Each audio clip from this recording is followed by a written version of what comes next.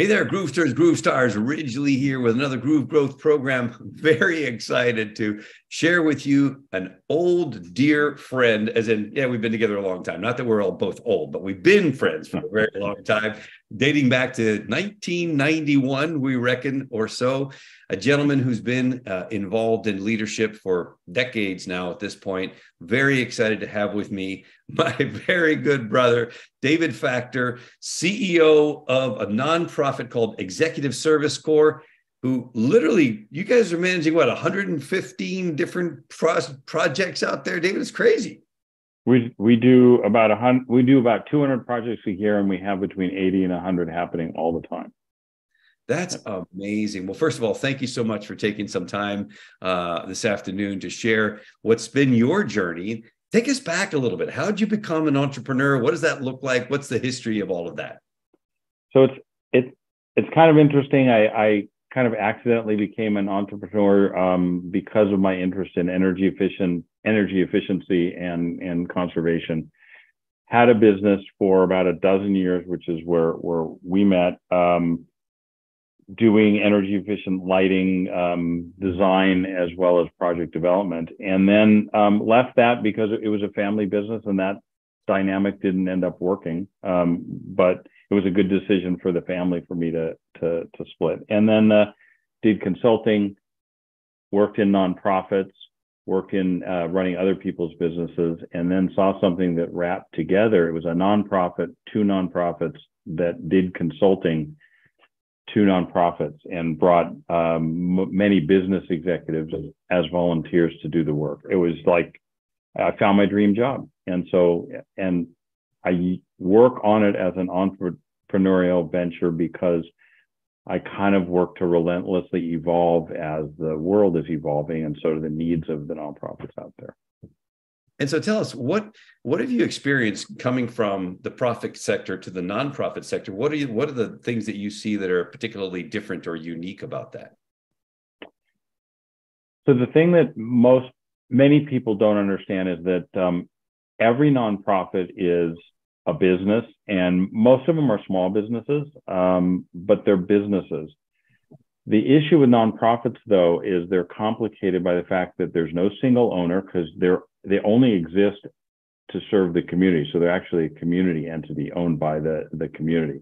There's a board as opposed to a single person making the decision. And the most complicated thing is there's a double bottom line. And many people have heard about that, but living it, I understand you can be the best organization in the world at helping to find housing for the homeless.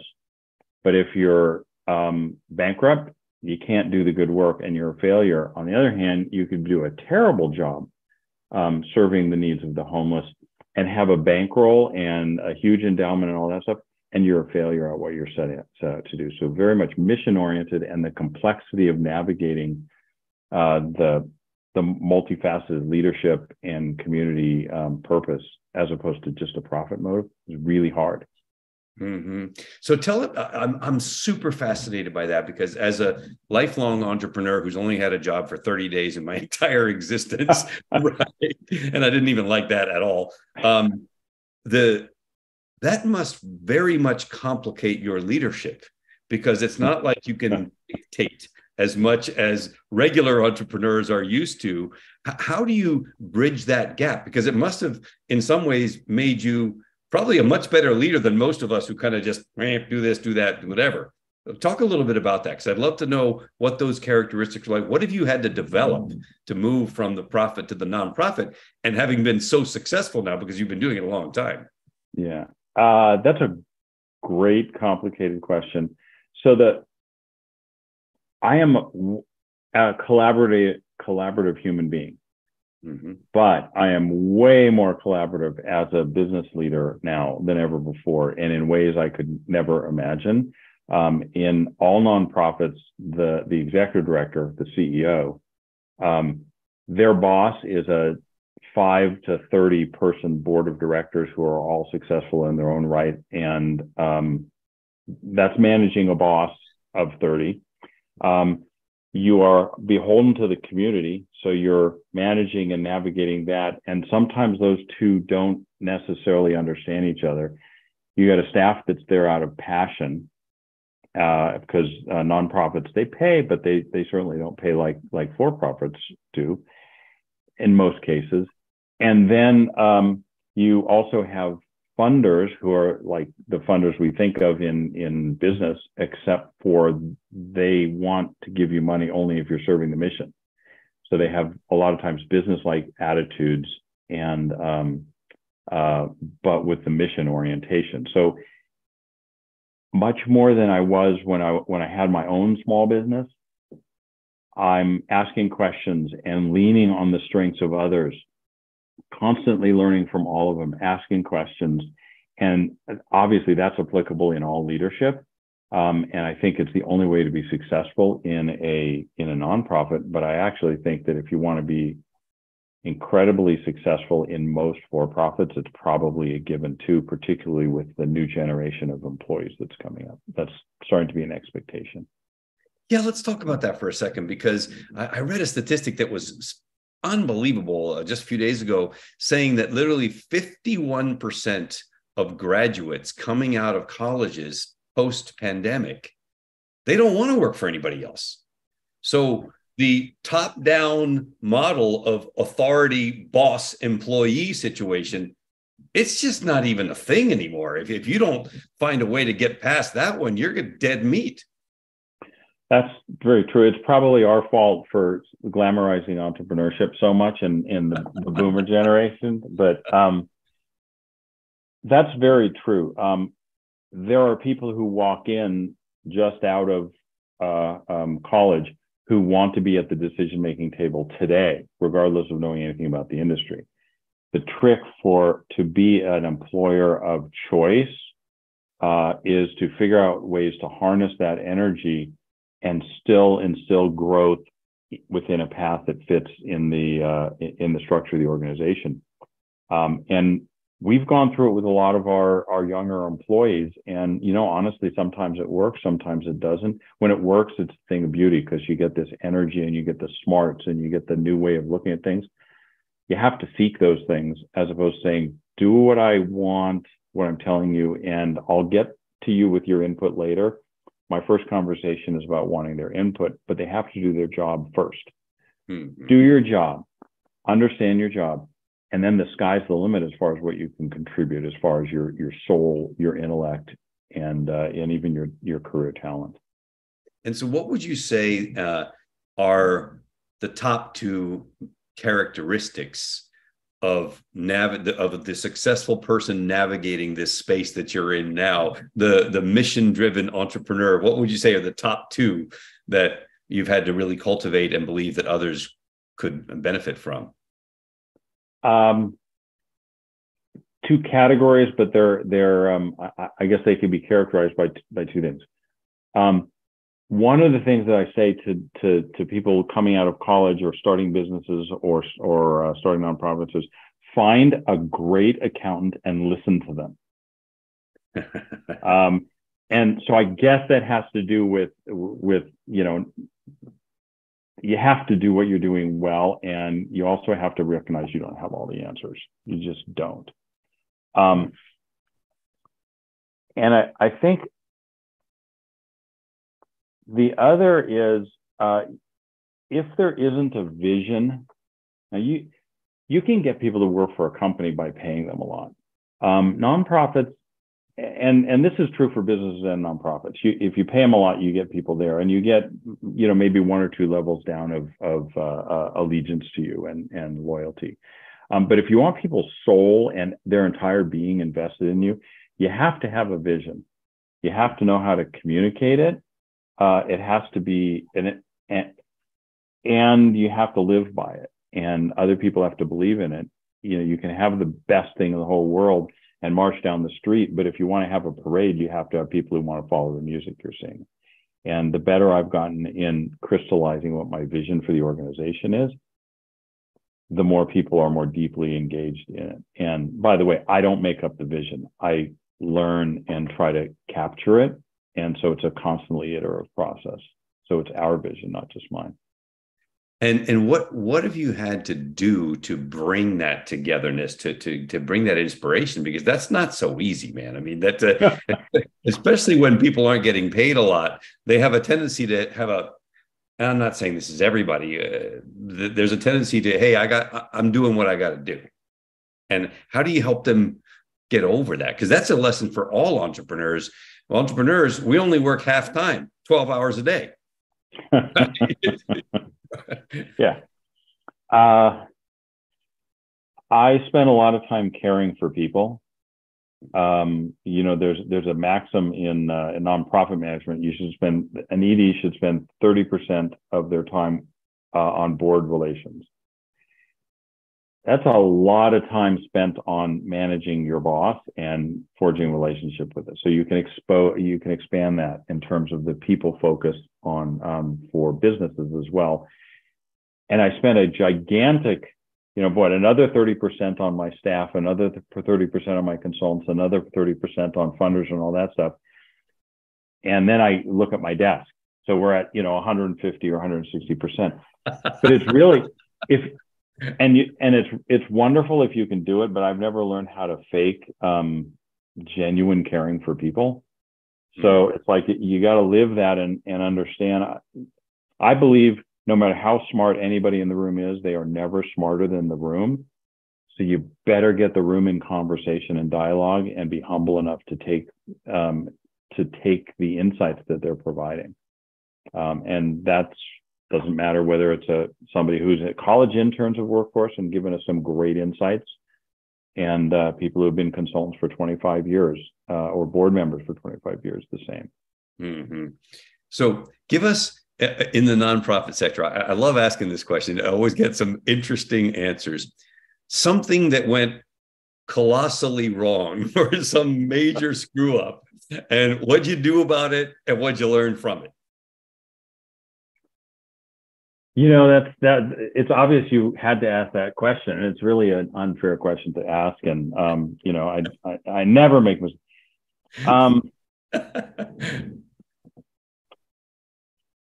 I'm having trouble. What I do is, the things that I've done wrong, and I'm trying to think if I can do a specific one.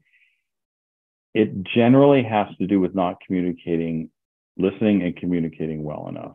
It's like somebody said something, whether it's a board member and extrapolate to the business, who needs something, wants something, or is very adamant about something.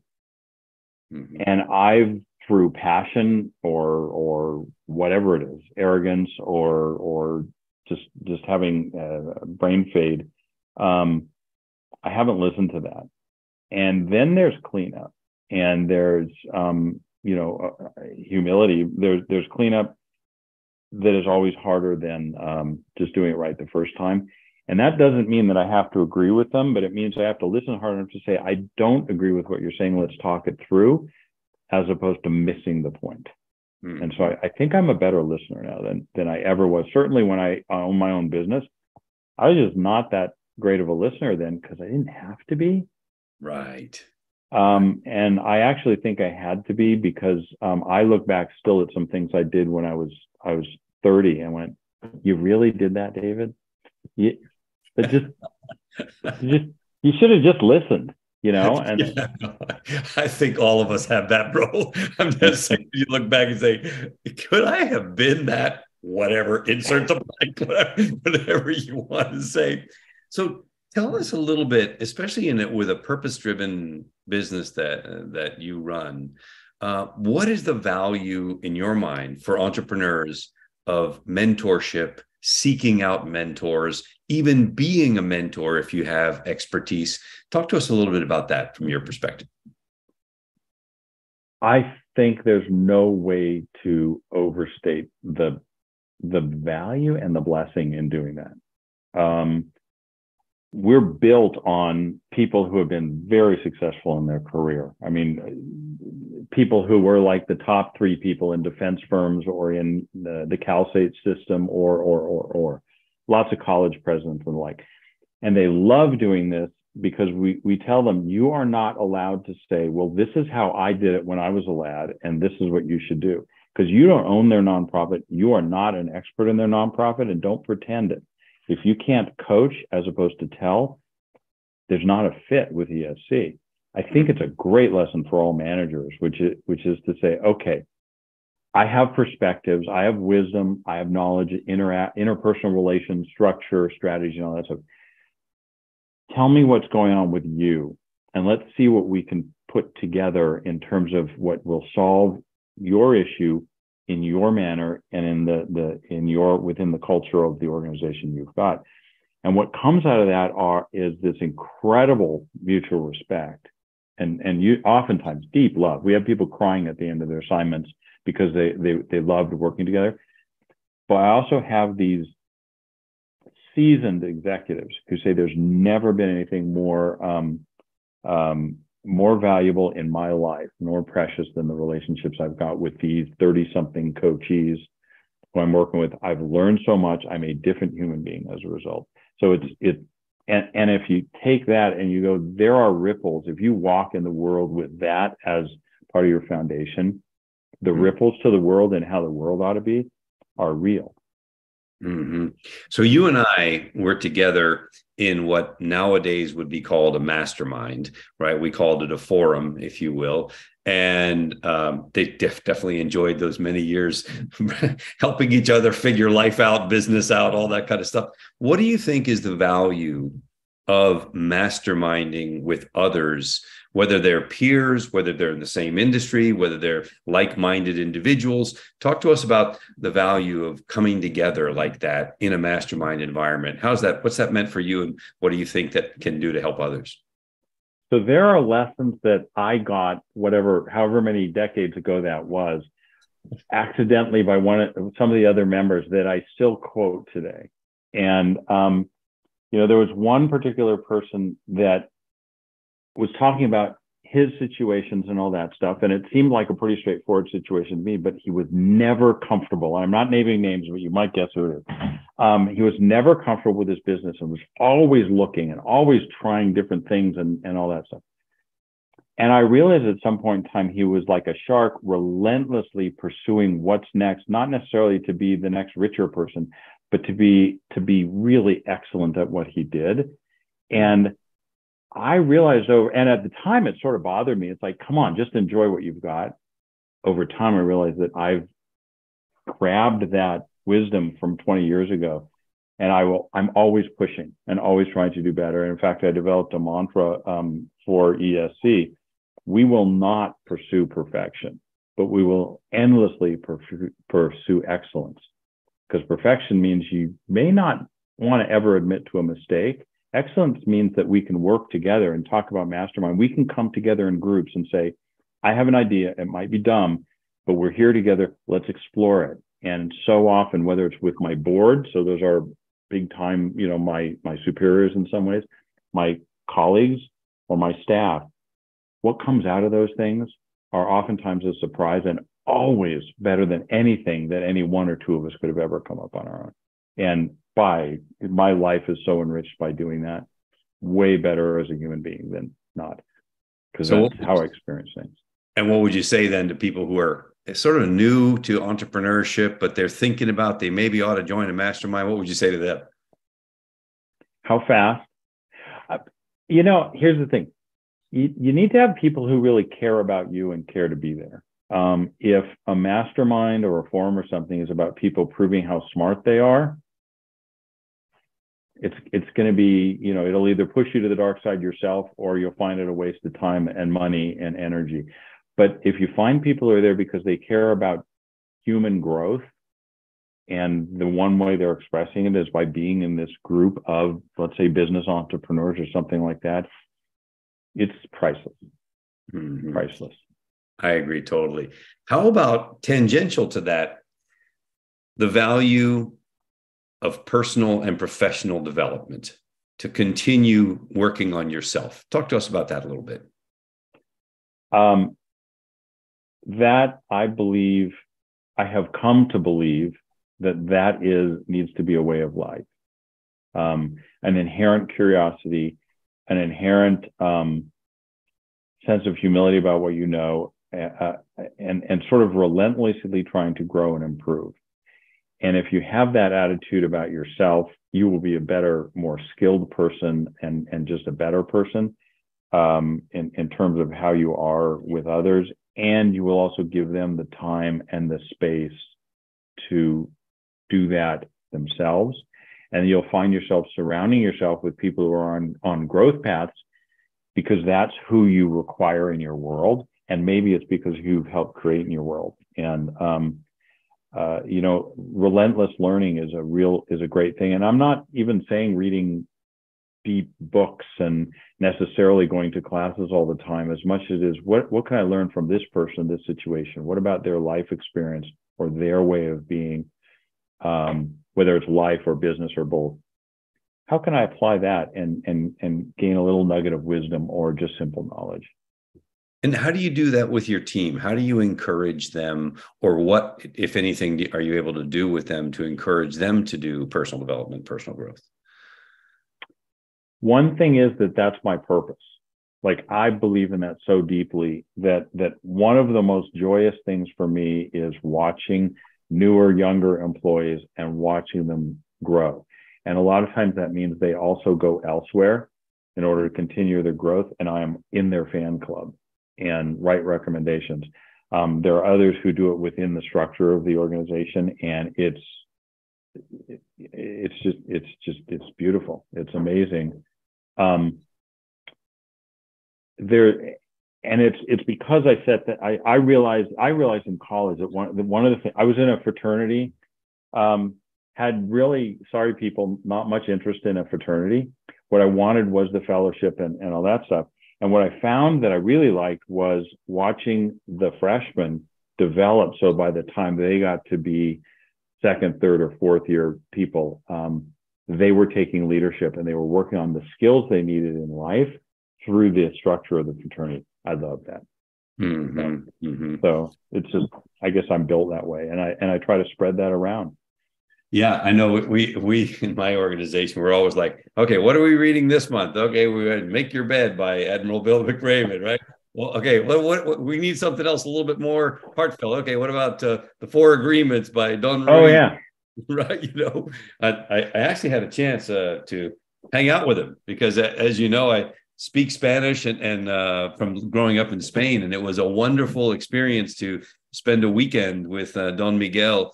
There weren't many people who spoke Spanish because he does do some work in English with a translator. And so I was like one Spanish dudes, and we hung out with to dinner together and just chilled. And he's like a little short guy, like this tiny, but he's so deep and profound. I love, so I'm a huge personal development, professional development guy. What are you listening to? Who are you hanging out with? Who are you talking to and learning from? What does all that look? I think it's fabulous.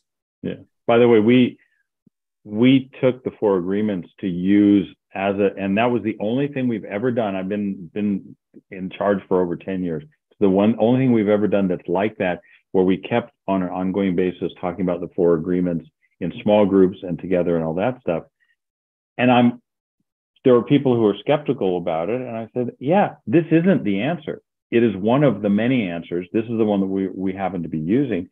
So how do you use it? And go from there. And it was learning together is my happiest relationships in outside of obviously my family are those that are built on doing something together to grow and to build. And so what you're talking about is also a way to have these great relationships. You know, what's cool is my son, unsolicited, I didn't do anything, said, Dad, I really need to start reading some more. Would you be interested in doing that with me?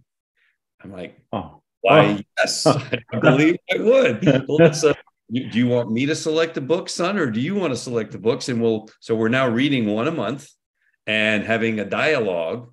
And, fortunately, I have an entire massive library of personal growth stuff over here. So, okay, which one sounds good? Okay, Seasons of Life by Jim Rohn. Okay, Four Agreements. Okay, go through the ones that I believe are valuable for anybody to read. E-Myth, How to Win Friends, Influence People, Think and Grow Rich, all those. But it was super cool for him to come to me like, He must have gotten something somewhere along the line of all these dragged him to or whatever.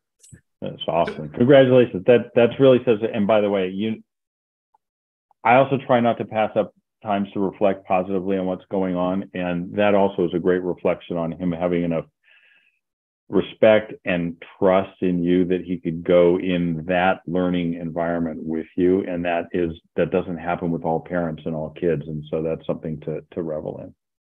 Well, thank you, brother. I appreciate that. So here's one for you. I love this one too.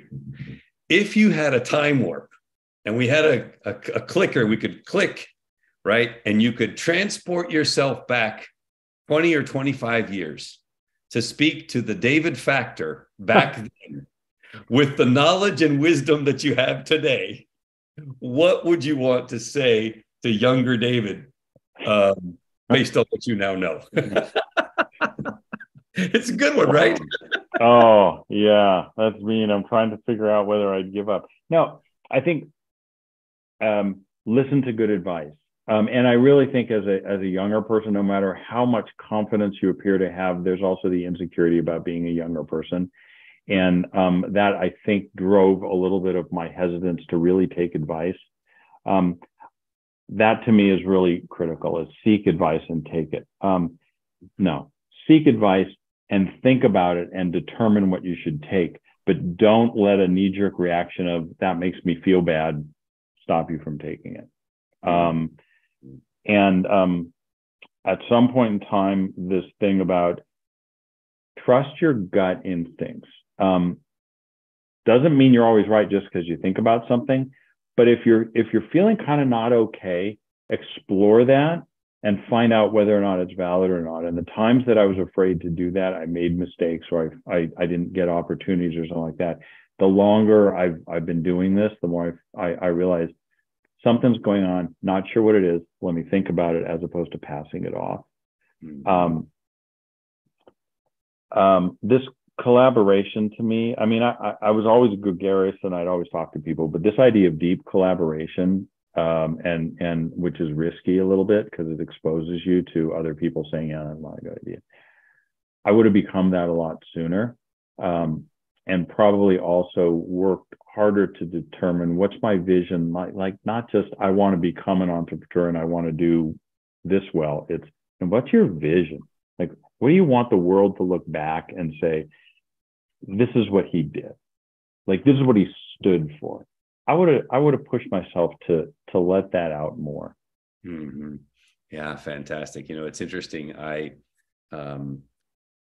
recently did a big rebranding, and in recognition of the collaboration era, in recognition of what I believe is the new way the economy is going, which is moving to a partnership economy, we rebranded our main product as the Partner Attraction Formula. A lot of people say, well, that sounds a little bit like a dating program. I said, well, yeah, it is. It's dating for business. But let me tell you something. Dating for business is no different than dating in personal life. You're looking for commitment. You're looking for long-term relationships. You're looking for win-win. You're looking for creating an environment where people respect each other. It's exactly the same. And I feel like now what has happened that I've noticed is that I don't have sales calls anymore. I have partnership explorations. I want to see if there's a fit between us, if there's any way that what we do can serve you and that we can partner together to get to the next level. And if there's not, maybe there's somebody that I know, but I never am any longer in the mode of, I got to close a deal. That sounds like a me that left a long time ago.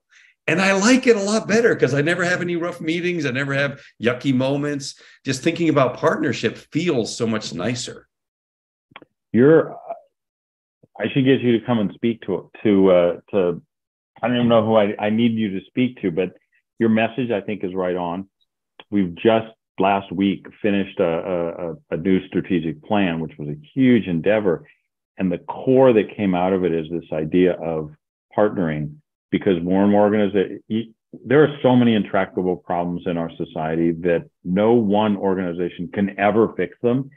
And you can do a lot of good one by one, but the exponential value of doing it in groups with partners, with cohorts, to try to work on, you take your part of the puzzle, I'll take my part of the puzzle, we'll do everything we can do. That's beautiful, Ridgely. I just think that is the way. I think it's demanded by people coming out of college, but I think it's demanded based on the economy now, with so many people able to work remote, kind of do their own thing. They like to gravitate to people or entities other than in a transactional basis. They like it to mean more, and they like for more. And I think you're absolutely totally on it. And by the way, from a nonprofit standpoint, to the degree that fundraising is a little bit like, soliciting funding, and it's not exactly, but there's aspects of it. The best fun meetings I have with foundations and people who want to donate to us are those where we're ideating together and we're creating vision together and we're seeing what works and what doesn't. I don't just follow the money. If it's not a fit for me, God bless you, there are other places that need that type of help. But if it's a fit, it's more than just a transactional fit, and that's the best. That's what makes it fun too. Yeah, for sure. Totally feel you on that, my brother. So if you had to recommend 3 books or 3 resources for the budding entrepreneur, budding meaning not necessarily that they're young, maybe they're just starting their entrepreneurial journey in their 50s or 60s, what 3 come to your mind as being ones that either had a big impact on you or that you feel would be beneficial for others? That's a good question, and I'm a little bit embarrassed given the high level of that even your son is grasping at as far as literature. So I'll just so here, Good to Great is just a great. It's an old book that is foundational, and it pops up in what we do as far. I don't remember all the stuff about it. What I remember is like, get the right people on the bus. Mm-hmm. And because they're not the right people doesn't mean they're bad people, but you can't fit somebody who doesn't really want to be there doing the thing and in that culture. And I was thinking, because you said something about books and all that stuff. And when I'm thinking of, there are 3 different books, not business books. There's a ton of business books and self-help books. All of them say something that you could say are sort of similar to a bunch of others. That doesn't matter. It's the message of what connects to you and your soul and what fits in your at a different time. I read a book a while ago called A Disturbance of Fate, the Presidency of Robert Kennedy. And it was a book by somebody who really knew, Mitchell Friedman, who really knew Kennedy, because Kennedy was my political hero, even though I was really young when he was assassinated. And he played out, what if he had survived? What would his presidency have looked like? What would have happened politically, society, all that stuff? And it showed me that a heroic vision played out also has warts, also has problems, also has struggles, also has unanticipated consequences, good and bad. And it's not fantasy, just things living out heroically isn't fantasy. There's reality that always intrudes. But it really helped me to kind of understand that. So when bad things happen on the road to good things that I'm working on, I go, okay. And it also, I also like living a little bit in the Hallmark world, if you will. And there's another book that I read a little while ago that I love. This is the other thing. There's serious books, and then there's books that feed your soul in other ways. And I really like watching like the Hallmark, the rom-com movies and stuff like that. If they even if they were of marginal quality, because it just made me happy watching people struggle and overcome in relationships and in what was going on and all that stuff. And there's a book I read called The Matchmaker's Gift, and it sort of has dual times and cultures, and it's set in the Jewish heritage and of literally of matchmakers. But it shows this respect and this exploration of what this ridiculous old world thing, and how does it apply, and how do the people grow into it. And it added just this fun and sweetness that now I don't meditate so much anymore. But before I go to sleep, I always read 2 chapters of one of those ridiculous, simple books and it makes my brainwaves settle. And I just sort of smile about what these people are going through and all that stuff. So I think maybe that's the work hard. I don't know about playing hard, but play with dedication. That I think otherwise you can be a very short-term entrepreneur because you'll burn yourself out physically, mentally, or both. Yeah, for sure, man. Amazing. So final question for you as we wrap this thing up today. To the entrepreneurs of the world, based on what you've seen, experienced, and lived, what would you want to say? What would be final thoughts from David Factor out there to all those who are on the path, on the journey, and looking to make their mark, so to speak? I think everyone should have a purpose-driven life. It's a bias that doesn't fit everybody, but I believe that. And I believe if you find a purpose and you have a skill or a drive that leads you to form something, a business that feeds you, that feeds other people who are working with you, and that does some benefit for society, I think it's a noble thing to do, and you should do it with all of your heart in it, and with all of your mind and wisdom in it. There's nothing like creating something and just feeling good about it when you kind of look at where it is at some point in time. And to be able to do it in the business world is hard. To be able to do it in the business world, again, my bias, but with serving a human purpose, whether you're in nonprofit or for-profit, it's the best. So I encourage everybody and find people to do it with you, so it's not a lonely pursuit as well. David Factor, thank you very much for giving us some of your time and wisdom. It has been a delightful experience for me. I'm sure it will be for many, many others, and I deeply appreciate you. Thank you, thank you, thank you. Thanks, Reggie, for having me. This was a joy. Thank you.